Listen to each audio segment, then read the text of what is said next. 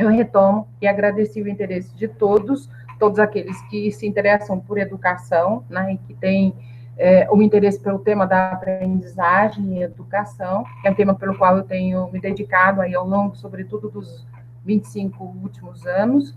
Eu falei um pouco sobre a minha formação. Hoje eu sou reitora do EAD da Laureate, mas sou psicóloga de formação e fiz o meu mestrado, meu doutorado em neurologia infantil, na Unicamp, e foi o lugar onde eu me dediquei muito ao estudo da neurociência, sobretudo da neuropsicologia. E estudei mais, no início, a questão das dificuldades de aprendizagem, por que elas ocorriam, qual a relação que elas tinham com algumas estruturas cerebrais, e isso fez com que eu me motivasse para estudar a aprendizagem ao longo da minha vida toda. Depois fui trabalhar com adultos, e isso também se tornou importante, porque eu fui descobrindo meios e formas para entender como é que essas pessoas podiam aprender mais e ganhar mais com o aprendizado. Nós teremos, como essa, outras conversas, né? Eu já tenho uma próxima conversa agendada, e vocês receberão aí o convite para a participação. Vai ser sobre transtorno do déficit de atenção, e nós anunciaremos aí a data e o horário. Aqueles que se interessarem pelos slides podem solicitá-los. No final da apresentação eu deixo um e-mail, e as perguntas, quem quiser fazer perguntas, pode fazer também pelo chat, e vamos anotando. Ao final eu vou deixar um espaço para que possamos conversar um pouco sobre essas coisas.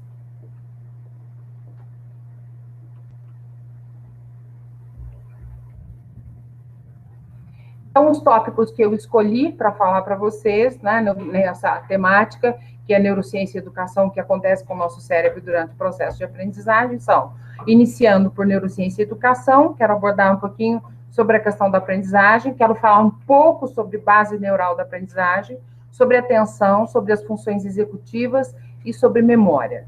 Eu quero também lembrá-los o seguinte: esses temas todos são temas densos, e seriam temas que nós teríamos que ter um tempo muito grande para falar sobre todos. Então, o que eu fiz foi um apanhado, um resumo, né, de algumas, do que é principal em algum deles, e isso depois vai poder até ser tema de outras conversas, como aquela sobre TDAH, como eu já falei para vocês. Então, eu não pretendo em nenhum momento esgotar nenhum desses temas. Outro ponto é que alguns dos meus slides, eles são apresentados em inglês, e isso não vai significar nenhum problema para aqueles que tenham qualquer tipo de dificuldade, porque nós retomaremos e eu vou explicar e falar sobre todos eles, e não vai ficar em nenhuma dúvida para quem não tenha familiaridade com os termos.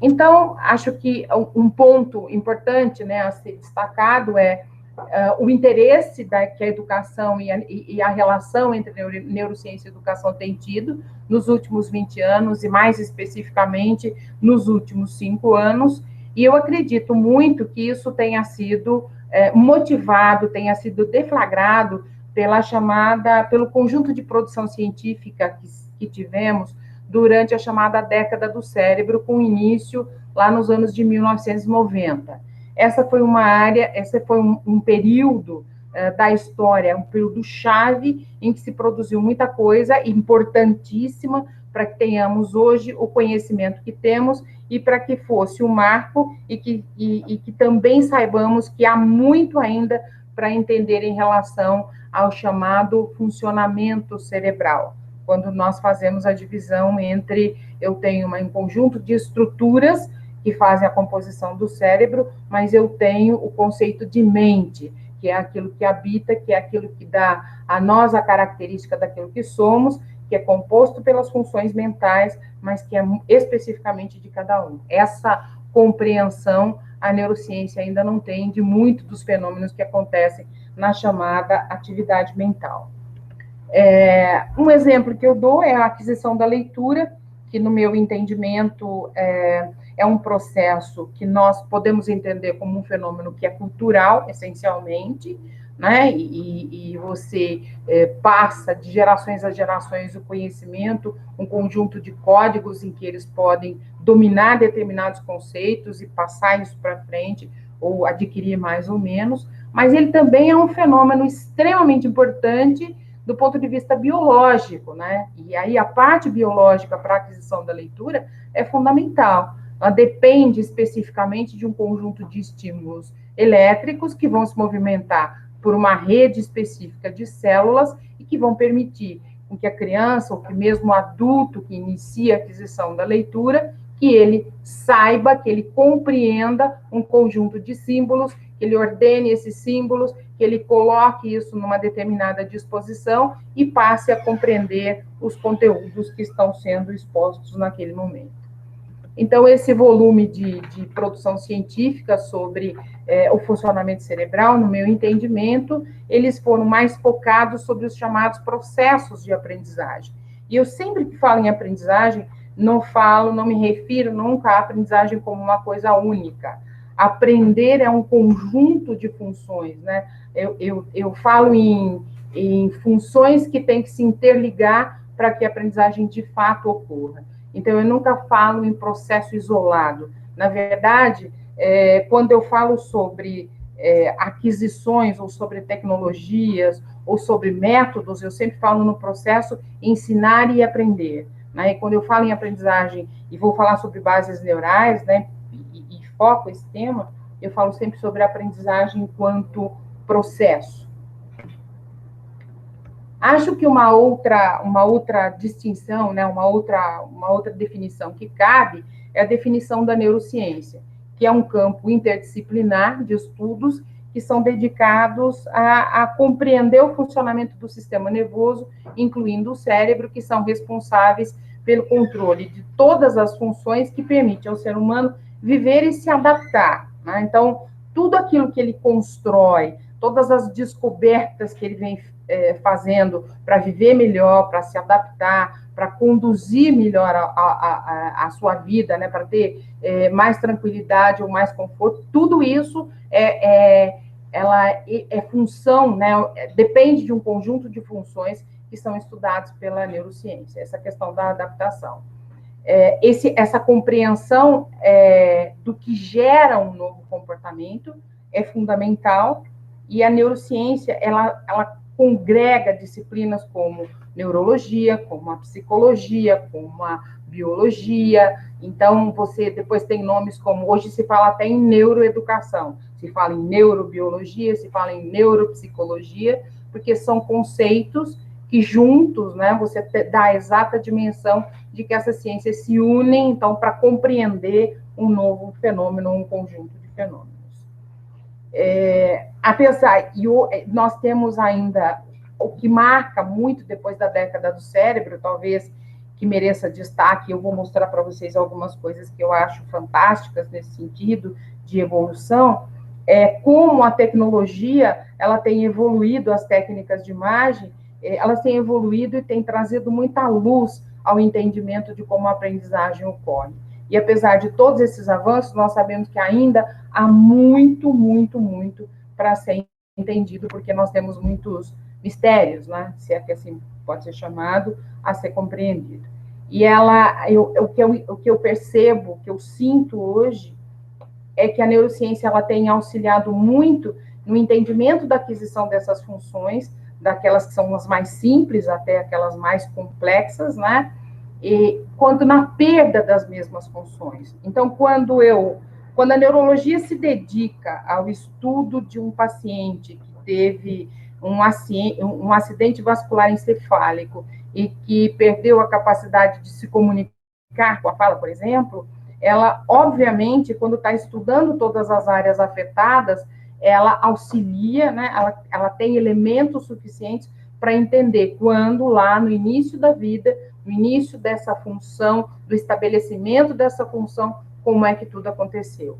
A maior parte das pesquisas lá atrás, quando não se tinha esse tipo de avanço ou de tecnologia, eram realizadas em cérebros depois da morte de alguns sujeitos que apresentavam algumas patologias.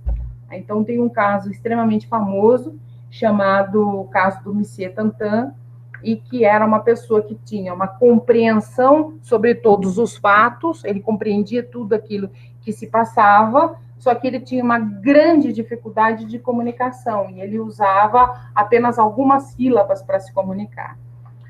E esse caso foi estudado porque não havia nenhuma limitação cognitiva, né? Ele não tinha aparentemente nenhuma limitação cognitiva, e quando, depois da morte dele, o cérebro foi estudado e eles viram que existia uma grande falha, né? Uma falta de massa cerebral numa determinada área da linguagem, que foi depois denominada a área da produção da linguagem, que tinha a ver com a produção da linguagem sob o aspecto motor. Então, isso era fundamental, e ele não conseguia produzir a fala, ele não conseguia ter fluência e pronunciava apenas algumas sílabas. Então, vejam que passo enorme se deu, né, nesses estudos, desde que eu precisava ter um cérebro, estudar um cérebro depois que o indivíduo morria, e o que eu tenho hoje com o avanço e com o diagnóstico por meio de imagens. Acho que é importante, eu selecionei aqui algumas coisas, alguns tipos de produção que eu tenho visto e que me chamam muita atenção. Então, além de uma grande quantidade de livros que relacionam muito a questão da aprendizagem e do cérebro, eu tenho visto muito enfoque sobre como a neurociência auxilia na sala de aula, desde a melhor composição até a melhor localização, em que lugar deve ficar o professor, como as mesas devem ser dispostas, para que os estímulos que entram, né, que são absorvidos pelo organismo por cada criança, sejam aproveitados de uma maneira excelente e para que o aprendizado ele ocorra de uma forma melhor.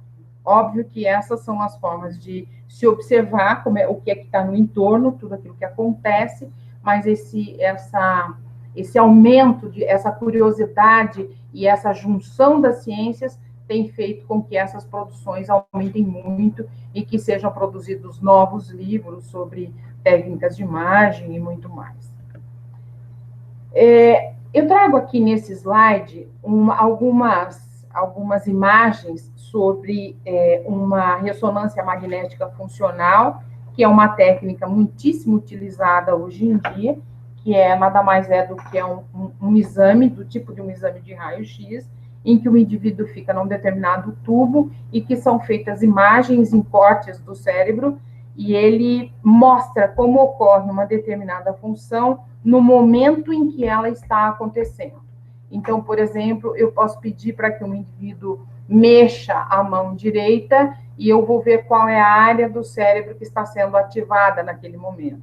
Eu vou pedir que ele leia uma palavra e vou verificar que área do cérebro está sendo recrutada, que conjunto de células estão sendo recrutadas naquele momento. E nessa figura, quanto mais vermelho, mais aceso, mais recrutado, mais utilizado está aquela determinada área cerebral. Então, vejam o que se pode fazer com isso hoje. Existem muitos experimentos, existem muitos relatos, muitos artigos falando sobre a compreensão que algumas crianças têm sobre números, como é que elas adquirem uma compreensão sobre números, como é que elas relacionam números, como é que elas aprendem letras, como é que elas aprendem a falar, como é que elas se comunicam em relação às áreas, se eu recruto mais ou menos. E no nosso segundo slide, eu trago, inclusive, uma imagem, né, de funcionamento cerebral, comparando, neste primeiro slide, o cérebro de um leitor típico, que recruta todas as áreas na hora da leitura, e de um leitor que apresenta dislexia. E, obviamente, ele usa uma parcela muito menor dessas células especializadas.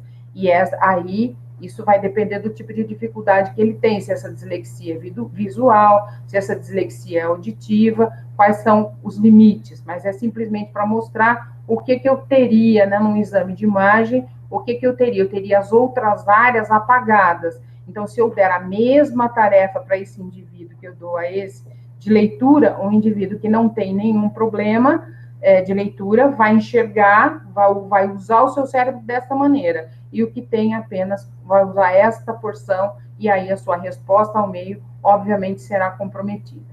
Aqui é uma imagem também mostrando os movimentos da fala, né, como é que a língua ela se projeta para a gente imaginar como é que esses estímulos são passados. Acho que um dos pontos, como nós já falamos, centrais é a aprendizagem e muito mais a situação em que o estudante ele não consegue aprender, né? Acho que isso inquieta muito os educadores, as pessoas que são interessadas na aprendizagem. Meu filho tem um problema para aprender, mas de fato o que acontece com ele? Ele é preguiçoso, ele não consegue acompanhar a maioria das crianças, por quê? Esse, por exemplo, é um dos rótulos que muitas crianças com transtorno do déficit de atenção têm. Como se ele fosse uma criança que não tem vontade, que não consegue se dedicar ao estudo. E não é porque ele quer, né? Ele tem uma desordem neurobiológica e ele não consegue refrear alguns comportamentos, portanto, a participação dele, o entendimento, a relação que ele tem com a aprendizagem é muito diferente. Então, acho que esse seria o ponto, não só pela questão do que está bem, mas também daquilo que não ocorre bem.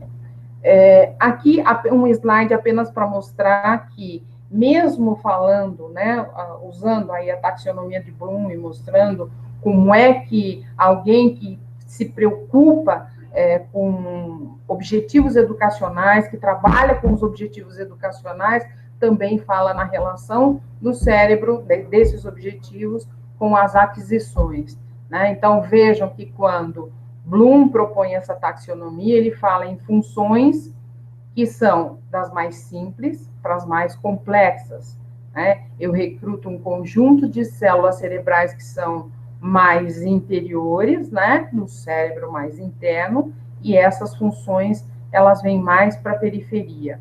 Quanto mais eu vou para estas áreas, que são as chamadas áreas corticais e as chamadas áreas pré-frontais, mais sofisticados são os comportamentos ou os pensamentos, né? Então, essas são áreas muito especializadas e características do ser humano.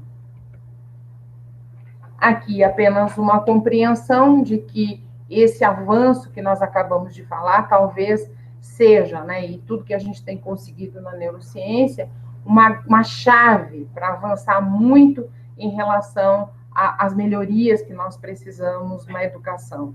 Hoje, um país como o Brasil tem um índice muito alto de problemas para aprender, e não são só aqueles problemas decorrentes das nossas condições sociais, mas nós temos também uma parcela de crianças que têm problemas, desordens neurobiológicas, e que eu não consigo, eu não vejo hoje, não existe no serviço público nenhuma especialização para se triar adequadamente e atender a essas crianças, né? Na rede particular, a gente tem um conjunto de profissionais e que são muito especializados e que talvez a gente tenha alguns diagnósticos bem feitos, mas também é um diagnóstico que depende de equipe. E uma outra visão que eu tenho é que toda vez que isso acontece, a gente acaba achando que todo mundo tem problemas, distúrbios, etc. Mas nós sabemos que os distúrbios de aprendizagem, aqueles que são devidos a algum comprometimento da função cerebral, eles existem, e eles estão presentes na população em mais ou menos 12%. Então, eu entendo que o papel da neurociência é também contribuir para que a educação evolua e que aí, consequentemente, a gente tenha grande sucesso na aquisição de conhecimentos. Em relação à aprendizagem, eu posso dizer que eu vejo que entre os processos cognitivos talvez, sem dúvida, a mais importante, dado que ela nos permite nos adaptarmos ao ambiente. Pode ser definida como um conjunto de mudanças, né, no comportamento decorrentes da interação de uma pessoa com o meio no qual ela está inserida. Essa mudança, ela pode ser uma mudança permanente ou ela pode ser uma mudança temporária. E ela também, muitas vezes, é definida como um processo de apreensão pelo indivíduo de um conteúdo da experiência humana de forma interativa entre ele e o meio que ele vive. Então, eu sempre tenho uma relação de coisas, né, de células, de estruturas que são internas e de um conjunto de coisas que são da cultura e que devem ser, então, introjetadas. Vejam que esta definição de aprendizagem, ela não pode e não deve ser confundida com ensino, dado que ensino é um conjunto de métodos que eu utilizo sistematicamente para que um conjunto de conhecimentos e informações sejam transferidas. A aprendizagem ela vai ocorrer independente dessa sistematização. Uma criança aprende regras de comportamento, ela aprende uma série de, vamos dizer, para o convívio social, né, uma hierarquia de comportamentos que faz com que ela nem perceba, não existe um conjunto de métodos para que ela aprenda. Ela aprende isso no dia a dia com a sua família. Por isso, eu gosto de separar entre aquilo que é uma aprendizagem informal e a aprendizagem formal. A aprendizagem formal é aquela que depende especificamente do conjunto de métodos, né, o conjunto de técnicas, da tecnologia que eu vou utilizar para que o indivíduo aprenda. E é óbvio que quando nós estudamos aprendizagem, é sempre muito importante que nós tenhamos um modelo em vista. Né? Eu, como sou alguém que é cognitivista convicta, o meu modelo de aprendizagem é o da teoria do processamento da informação, em que fala, né, em que se acredita num conjunto de estímulos que estão externos a um organismo, entrada desses estímulos permite com que eles sejam processados e eles são devolvidos ao meio sob a forma de respostas. Em certa forma e em certa medida, isso pode ser comparado a um funcionamento de um computador que trabalha com dados, né? Eu coloco dados lá no hardware, né, e software, eu tenho um conjunto lá de operações e eu também tenho um conjunto de respostas. Então, ele foi chamado de teoria do processamento da informação por conta dessa semelhança, entre aspas, do que existe com o funcionamento de um computador. E nessa busca de modelo, eu separei um pouco o que seriam as funções associadas à entrada da informação. A entrada da informação ela é feita pelos nossos órgãos do sentido, né, por todas as formas de captar os estímulos do meio ambiente. Então, eu tenho também um conjunto de atitudes, né, do indivíduo que está disposto à aprendizagem, um conjunto de motivações, de expectativas, de atenção, e que eles têm que estar, isso tudo predispõe o indivíduo a receber, a deixar com que esse estímulo entre e que ele seja, para que ele seja processado, né? Aí eu tenho uma segunda visão, né? Quem fala muito sobre isso também, quem tiver interesse em ler, é um autor chamado Wilhelm Feuerstein, que não é um neurologista, mas é também um educador, um pesquisador nessa área, e fala muito sobre esse modelo de aprendizagem da teoria de processamento da informação. Então, na área do processamento, eu tenho funções como memória, compreensão e generalização, que são fundamentais para que todas aquelas informações que entraram, elas sejam ou levadas para frente, ou elas sejam perdidas, né, e que elas não seriam, então, aproveitadas. Em último lugar, eu tenho as respostas, que seria como eu respondo ao meio e como eu avalio essa resposta ao meio, né? Como é que eu regulo o meu comportamento pela avaliação. Por exemplo, eu falei em alguma coisa com alguém e essa palavra não foi a melhor, eu falei num tom que não deveria. Eu tenho um retorno do meio que faz com que eu repense e eu posso avaliar essa resposta e modificar um comportamento em função da observação que eu fiz do meu comportamento. Existem algumas funções que são específicas do ser humano. Então, eu mostrei para vocês, neste slide, uma evolução do cérebro, né, saindo lá do peixe, chegando até o ser humano, e a complexidade, a diferença da estrutura, né, do cérebro desses animais até chegar ao homem. O homem tem um sistema muito complexo, né? Tudo isso em que eu estou mostrando aqui com esta seta seria todo o conjunto de neurônios que eu tenho compactados no cérebro. Imaginem que esse tecido aqui, se fosse possível passar como se fosse uma roupa, isso aqui deveria medir mais ou menos 50 por 70, né? e ele é compactado para caber na caixa craniana, então é por isso que ele tem todas aquelas circunvoluções, mas são neurônios, conjunto de redes de neurônios que são responsáveis pelas funções. Esse é o cérebro de toda a evolução, ou até aqui, que é o mais perfeito, né?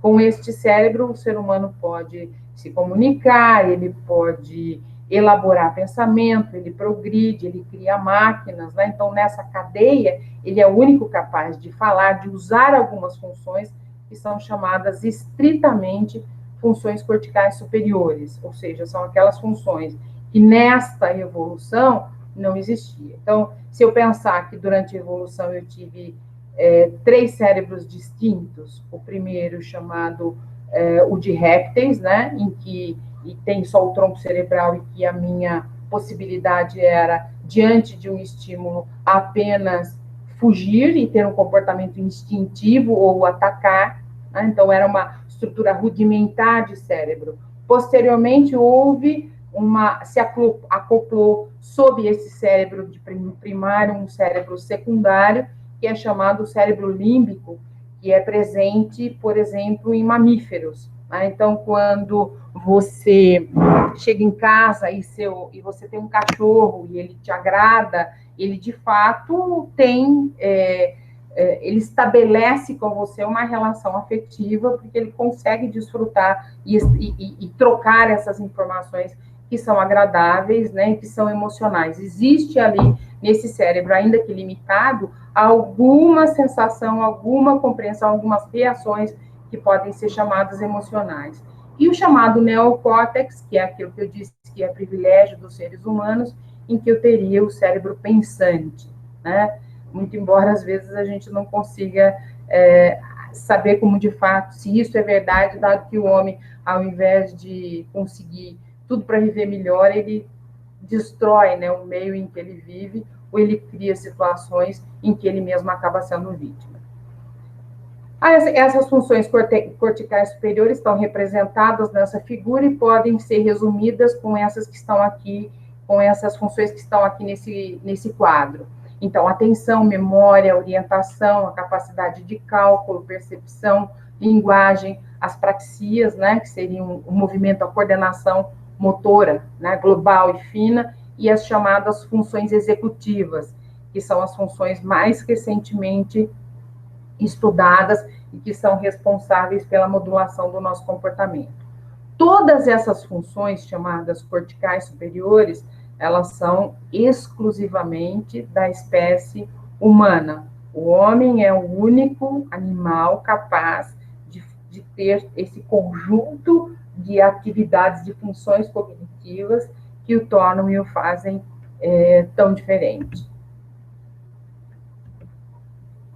Eu não posso falar em comunicação, eu não posso falar em cérebro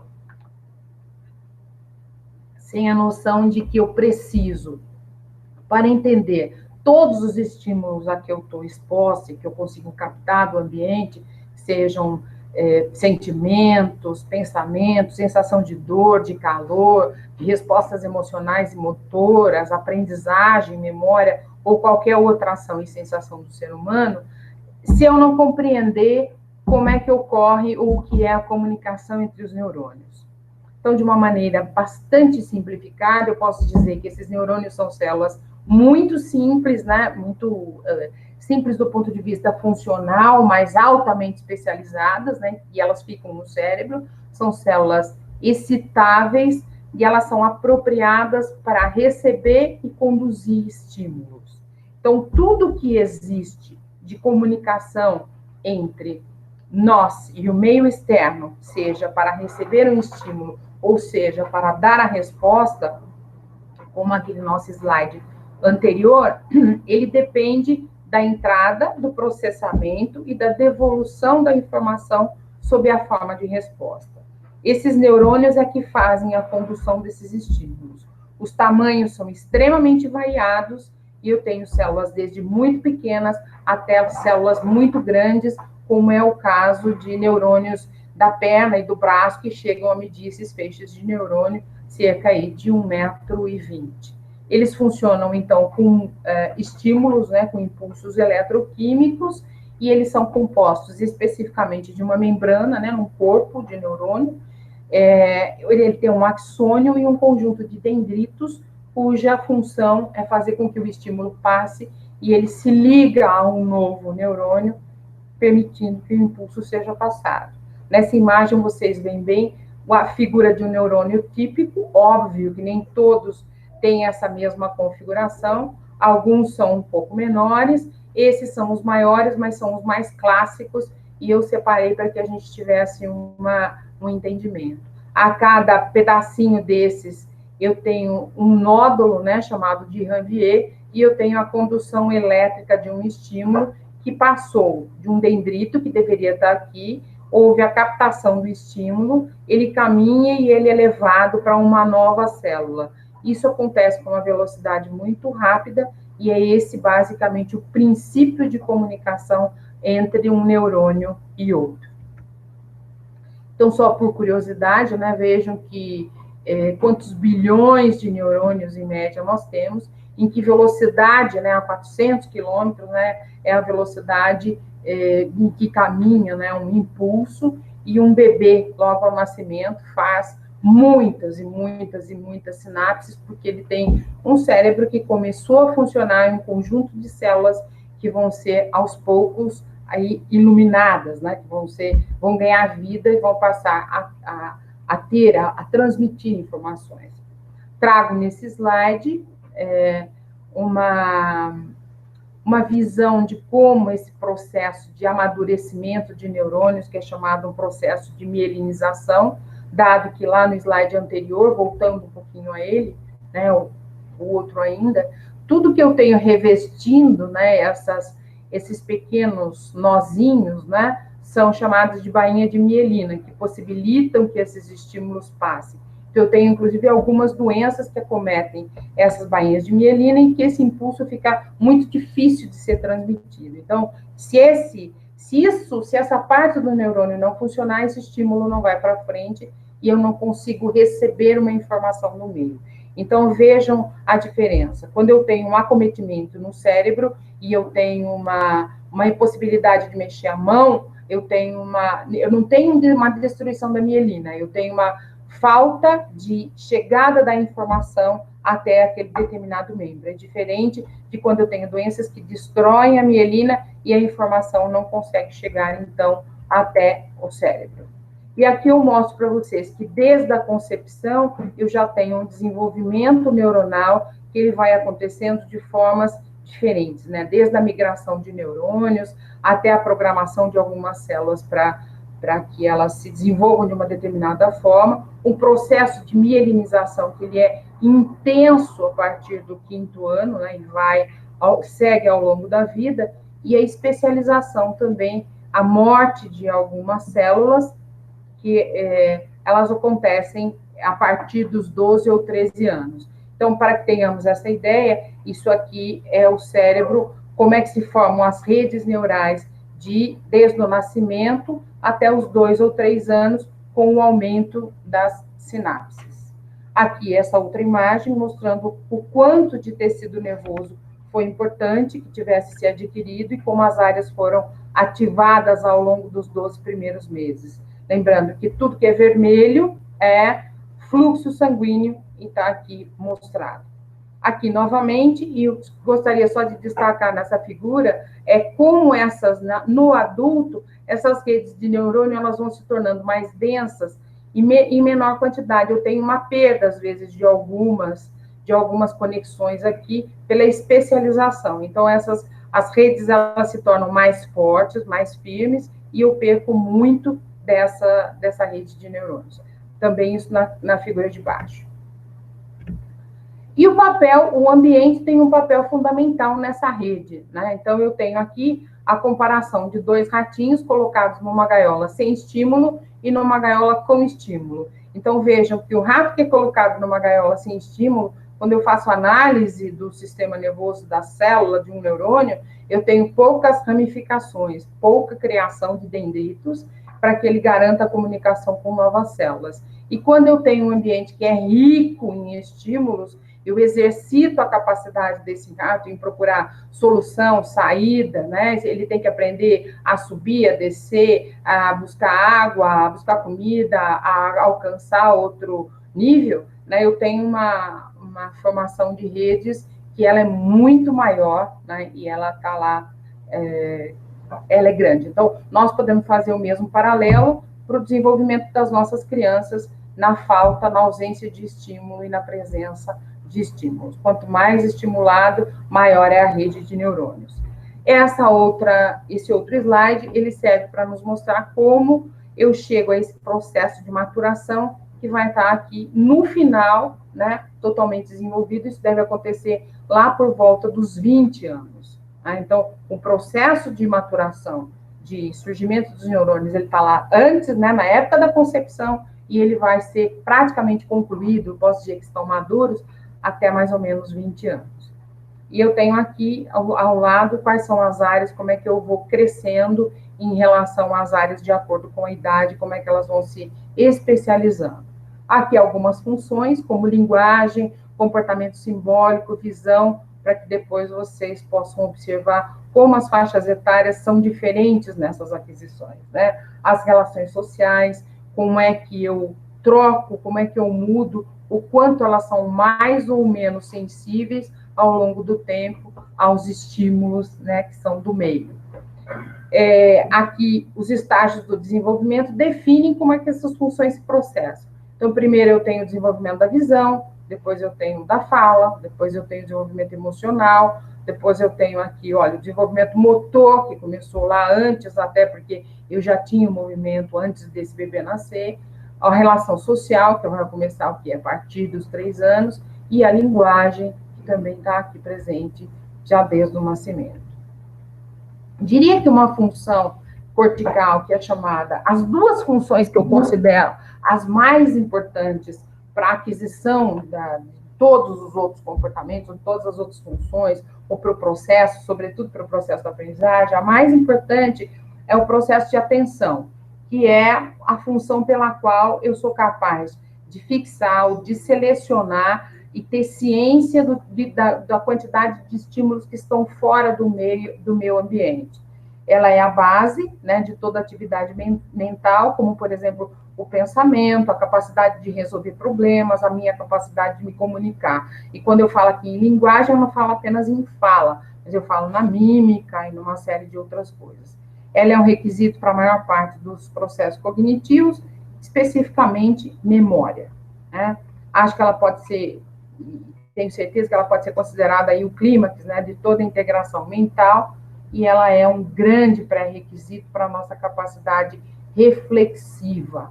Quem não consegue prestar a quantidade de atenção adequada a um estímulo é incapaz, depois, de retomar as informações e de refletir.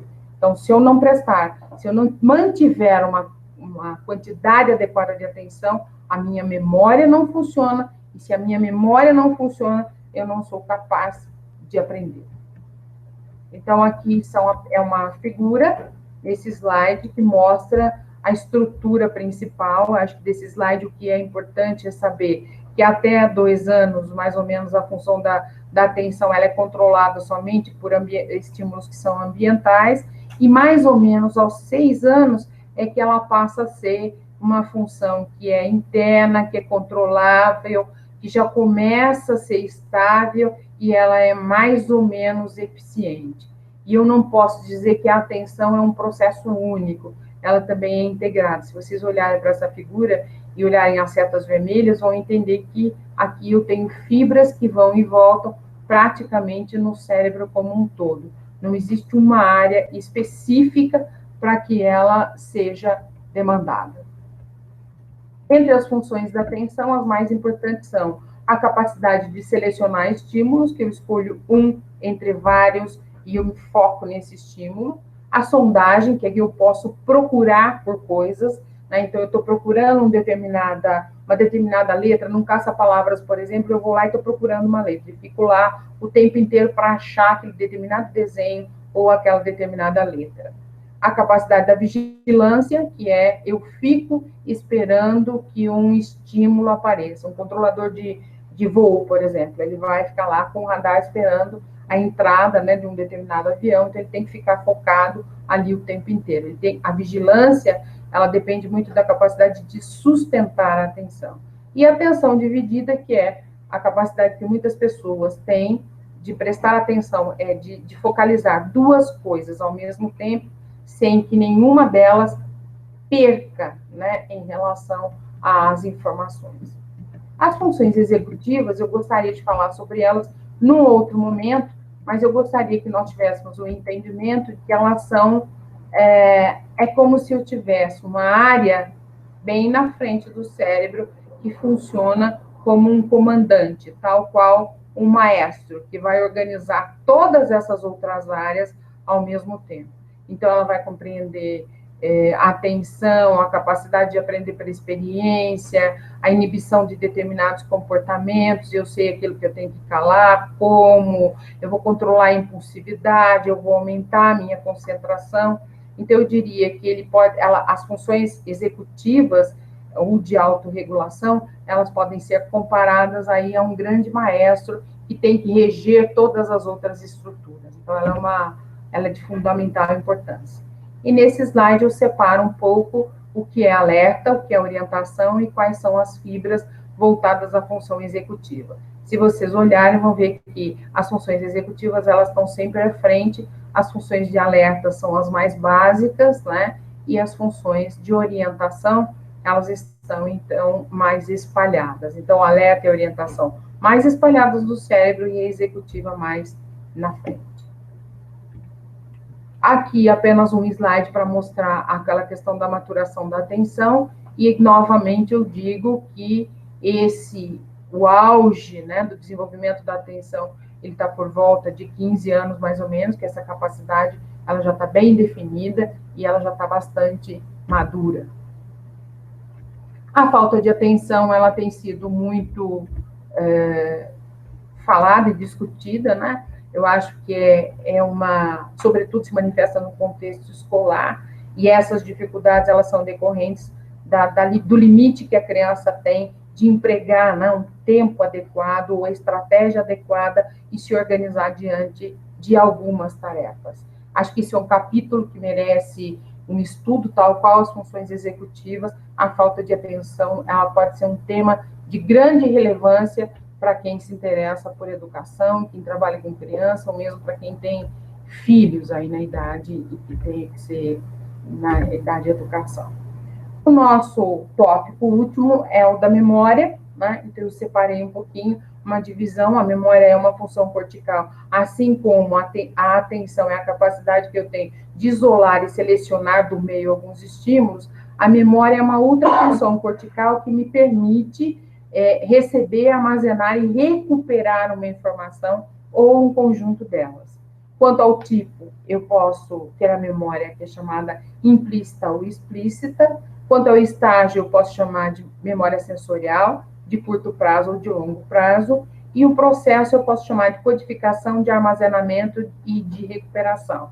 Então, eu tenho um indivíduo que, diante de uma cena, ele recruta um conjunto de células, né? Que são lá os seus neurônios, estão num determinado lugar, e ele guarda isso aqui como nome. Eu sei o que eu vi, eu configuro e vou guardar depois na minha memória para poder descrever esta figura, se assim for requerido num outro momento.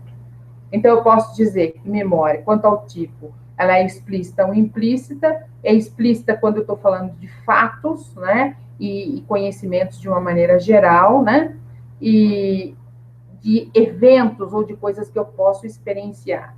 E de memória implícita, eu estou falando em coisas que eu nem preciso pensar. Por exemplo, para comer, quando uma criança aprende a comer, ela leva a colher à boca, né? É um movimento para ela que naquele momento é sofisticado, e isso ela grava qual a sequência que ela tem que fazer. Indivíduos, por exemplo, que têm Alzheimer, eles perdem, num determinado estágio, eles perdem a capacidade de memória, inclusive essas memórias de procedimentos ou procedurais. E eles não sabem, eles não se alimentam mais sozinhos por nenhum outro motivo que não seja, eles não lembram mais como é que é o movimento de levar a comida à boca. O priming é um movimento a sensação de que eu já tive contato com aquela determinada coisa, então ela está pronta, eu já tive, de alguma maneira, um estímulo parecido, isso me ajuda, ganha algum tempo, e as outras questões ligadas à aprendizagem no condicionamento clássico. Então, quando eu falo em memória sensorial, eu estou falando daquela memória muito rápida, que entrou e saiu, olhei para alguma coisa, às vezes até vi, isso é verde, e isso já saiu da minha memória, né? Eu perdi, veio aqui, saiu, veio embora. Quando eu aplico, incluo atenção, eu levo isso para um outro nível de memória, chamada memória de trabalho ou a memória de curto prazo, que ela dura mais que 15 segundos. Eu tenho uma capacidade aqui de recuperar entre 5, né, a 9 itens, isso até hoje não se modificou, é uma capacidade muito mantida, e se esse item fica na minha memória de curto prazo, é mais fácil que eu crie um código específico e passe para a memória de longo prazo. E essa memória, ela tem um conjunto de informações que ainda pode ser perdida, mas ela vai ser gravada, ela vai ser mantida aí. Tem algumas áreas que são mais responsáveis por palavras, né? Então, isso aqui é memória semântica, isso aqui é a memória de trabalho, que é de curto prazo, e as memórias de procedimento. Então, aqui, somente para que saibamos, né? Como é que é a memória sensorial, como é que é a memória de curto prazo e o esquecimento. E aqui, vejam essa linha. Olha como isso é importante para o educador perceber. O que eu submetido a um evento, como é que é a curva de esquecimento. O quanto ele perde, 80% é perdido e depois se mantém. Então, eu preciso ter muita clareza quando penso num método educacional ou em estratégias, em como é que eu utilizo os estímulos e a frequência dos estímulos para garantir que isso fique mais tempo, para que ele seja mantido e eu consiga otimizar a minha memória. E é óbvio que existem aqui estratégias que nós podemos utilizar para manter algumas coisas na memória. Uma delas é a repetição, né? Então, aqui vocês têm um quadro que vocês podem ver estímulos continuados ao longo do tempo, como é que eu faço para manutenção. Então, eu sempre tenho um estímulo que tende a decair, ele volta, ele tende a decair, ele volta, porque a persistência vai depender do conjunto de estratégias que eu vou usar neste momento. Então, por exemplo, alguns estudantes sentem maior facilidade estudando e fazendo um resumo, escrevendo o resumo. Então, isso auxilia com que ele use mais canais sensoriais para gravar na memória e para poder garantir que ele fique mais tempo armazenado uma informação que ele vai precisar no momento seguinte. E aqui mostra exatamente isso, né? Memória sensorial, como é que eu passo isso para a memória de trabalho, como é que eu passo isso para a memória de longo prazo.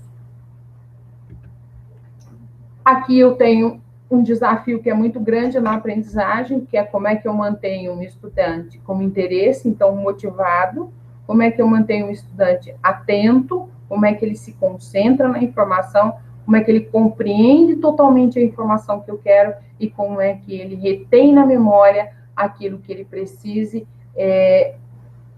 recuperar na sequência, né? Qual a facilidade que ele tem para isso. Eu deixo aqui para vocês um e-mail e todos aqueles que quiserem, eu vou agora responder aí algumas questões, mas eu tenho aqui um e-mail em que vocês podem solicitar os slides, caso isso seja necessário. Isso, mas tem que voltar.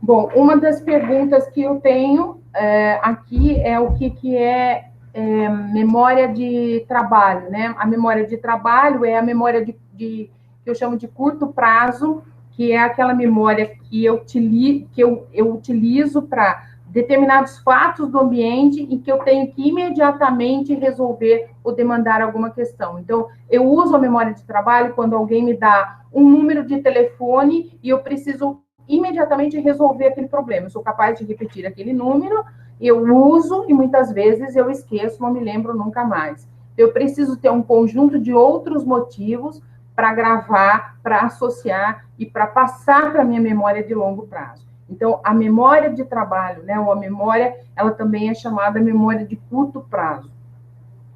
Está aí no seu slide.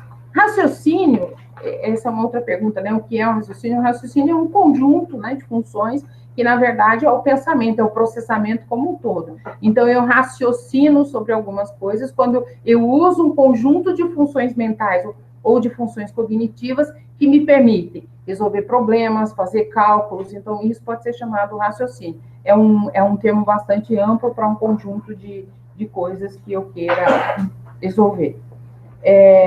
Uma outra questão é de alguém que tem um filho, tem 8 anos, e ele aprende, e ela diz que ele aprende hoje, no dia seguinte já esqueceu o que aprendeu.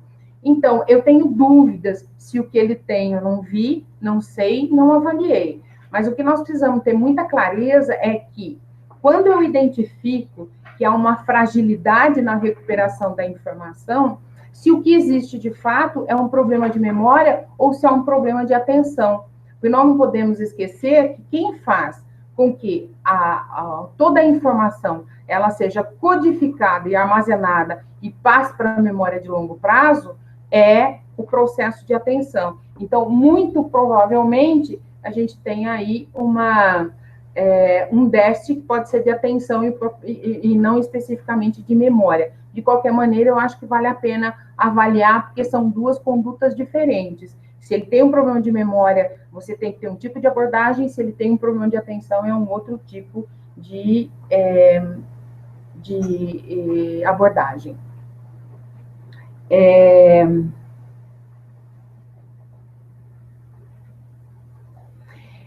Alguém está me dizendo sobre a questão da repetição, que foi algo muito utilizado, né, na geração. Então, olha, por mais que a gente reclame da questão da repetição, ela ainda é uma técnica que faz com que nós possamos codificar muito mais e deixar um dado na memória. É lógico que isso era exaustivo muitas vezes, e o problema nem era a repetição. Eu acho que era muito a repetição sem que a criança soubesse exatamente aquilo que ela estava fazendo. Eu acho que hoje a gente utiliza outras abordagens, outras técnicas, outras formas, né? Quando eu falo em aprendizagem ativa, por exemplo, em que eu não tenho alguém que fica só recebendo a informação, esperando a informação, mas que ele também é dono dessa informação, quando ele interage, isso melhora muitíssimo, né? E acho que era talvez esse o grande problema, aquela coisa de aprender por repetição e a questão de colocar as crianças, né, em situações em que eram muito exigidas no momento de prova, então isso era muito estressante, né, para as crianças. Então, era um excesso de repetição e era um excesso de cobrança nos momentos que eram mais difíceis. Ainda aqui uma pergunta sobre memória de trabalho, que eu já falei, né? A memória de trabalho é o segundo estágio, é o estágio que antecede a memória de longo prazo, e ela serve para que eu tenha algumas informações que são relevantes, que são importantes, e que eu preciso depois armazenar. Então, eu só uso para aquele momento e depois eu posso jogar fora. Experiências emocionais. Tem uma pergunta aqui sobre como criar ou recriar experiências emocionais que facilitem a aprendizagem. A emoção é um capítulo à parte na questão da memória, né? Não se sabe exatamente o quanto ela interfere, se sabe que ela interfere muito, mas não se sabe exatamente o quanto ela determina a memória. Óbvio que toda situação que é agradável, que é positiva, que é benéfica, que traz boas imagens, ela facilita muito que a gente tenha um bom rendimento, que a gente recupere com maior facilidade algumas situações. É só lembrarmos de coisas que foram muito importantes na nossa vida, como a gente consegue lembrar até cheiros de determinadas situações, cenas que ficaram muito gravadas. E eu acho que com criança, ou mesmo com adulto, o criar situações emocionais que sejam positivas é muito o espaço em que ela consegue se expor, em que ela consegue falar, em que ela consegue ver o processo de aprendizagem como algo extremamente agradável e que é positivo, nunca punitivo. Uma criança tem que aprender porque aprender é bom, porque faz com que ela evolua, e nunca porque ela tem que evitar a punição, que é como isso aconteceu muito em outras épocas, e muitas vezes as crianças fugiam do estímulo aversivo, né? Elas não progrediam na aprendizagem para ter uma maior recompensa ou para que aquilo fosse benéfico, mas elas simplesmente para não ser punidas.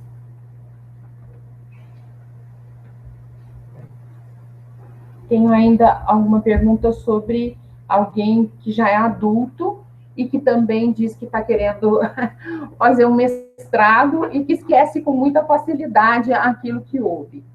Aqui eu tenho, o Josiel, eu tenho um palpite, né? Então você pode, como eu já falei num outro caso, o seu problema pode não ser de memória, mas sim pode ser um problema de atenção, né? Você esquece porque o processo de codificação das informações ele não está sendo bem feito, porque a memória falha e você não consegue guardar essas informações. Eu acho que isso é uma coisa que pode acontecer. Eu acho que pode ter uma outra circunstância que afeta muito, é muito comum, né? As situações em que o estresse extremo também pode afetar muito as memórias, né? A memória, se você perde muita coisa na memória, por uma situação externa que seja ameaçadora. Então, as situações de estresse, elas também fazem com que nós tenhamos a sensação que vamos perdendo muita coisa, que não conseguimos gravar, sobretudo porque ficamos muito fixados em determinadas situações que são mais prementes, que são mais importantes e que nós precisamos dar conta dessas situações.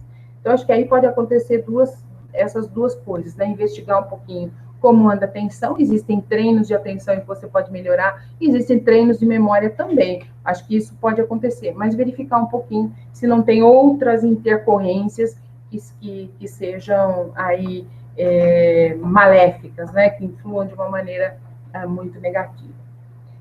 Tem uma pergunta da Paula sobre a memorização, né, que é muito questionada nas escolas, e como é que a gente trabalha com isso, né? Então, existem processos de memorização que são muito fáceis, são jogos, né? Você pode fazer com que uma criança memorize sem que ela fique repetindo, sem que ela escreva 20 vezes uma palavra para entender, ou para guardar, ou para fixar como é que elas escrevem, né? Então, acho que existem outras experiências. Hoje, os games, os jogos, são artifícios, são condições muito interessantes e que podem fazer com que uma criança melhore muito o desempenho e aperfeiçoe e avance aí em relação às suas memórias. Eu não sei se eu entendi aqui o que é o cerebelo. O cerebelo é um segundo cérebro, né? É um cérebro primitivo, ele tem uma função importante no ser humano, que é o de equilíbrio, né, e de algumas outras funções, mas sobretudo de equilíbrio. Nós sabemos disso porque sabemos que algumas pessoas acometidas de acidente vascular encefálico, quando tem um problema em algumas artérias que irrigam o cerebelo, esse indivíduo tem um grande problema com o equilíbrio. Mas ele é um cérebro que é o chamado lá antigo, é o reptiliano, lá como eu falei, é o primeiro cérebro. Sobre ele surgiram os cérebros dos mamíferos e depois o cérebro dos humanos. Uma outra pergunta que é bem interessante, aqui um comentário, né, que é falando sobre a meditação. Eu tenho lido muito sobre isso, sobre algumas áreas cerebrais que são já destinadas ao processo da meditação e que são as mesmas áreas que seriam recrutadas ou que seriam estimuladas durante um culto religioso, seja ele qual for, né? O fato de você entrar numa determinada sintonia que te permite fugir um pouco e sair, garantir um outro estado de consciência que não seja aquele em que você é tão afetada pelos problemas do dia a dia, por esse estresse, por essa condição, a memória é como se ela fizesse uma varredura, uma limpeza, né? Vamos dizer assim, podemos usar com essa linguagem coloquial, mas podemos dizer que seria uma limpeza. Então, a meditação seria, assim, um remédio, uma pílula, né? Uma faxina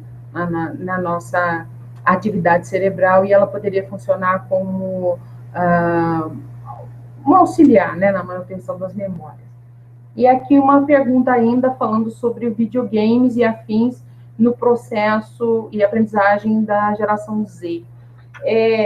O videogame, ele pode trazer benefícios muito grandes, né? Acho que ele tem um conjunto de cores, de ação, de estratégias, de trabalho com motricidade, com uma série de coisas. O que eu acho, muitas vezes, que é ruim e que precisa ser dosado é o excesso. Algumas crianças perdem muito do aspecto da socialização e da convivência, porque ficam tão envolvidas que só querem saber daquele determinado jogo o tempo inteiro, né? Então, eles têm um processo de alheiamento, né? Hoje, essa geração, ela experimenta uma falta de mergulhar mais em determinadas coisas. Então, é tudo muito mais superficial. E se ele ficar muito tempo envolvido, né, com o videogame ou com coisas que o tirem muito desse convívio, eu acho que o grande prejuízo está aí. Em relação às funções cerebrais, o videogame traz muito mais benefícios do que malefícios. A não ser quando são jogos extremamente violentos, e aí a repercussão, eu acho que é muito mais para o emocional do que é para a vida, vamos dizer, cognitiva, né, para o que teria resultado.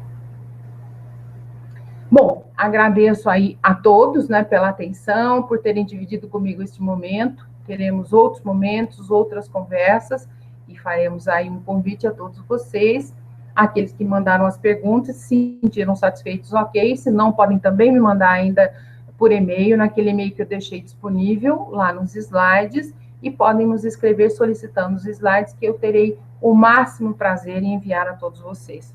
Muito obrigada, boa noite a todos vocês, e até uma próxima conversa.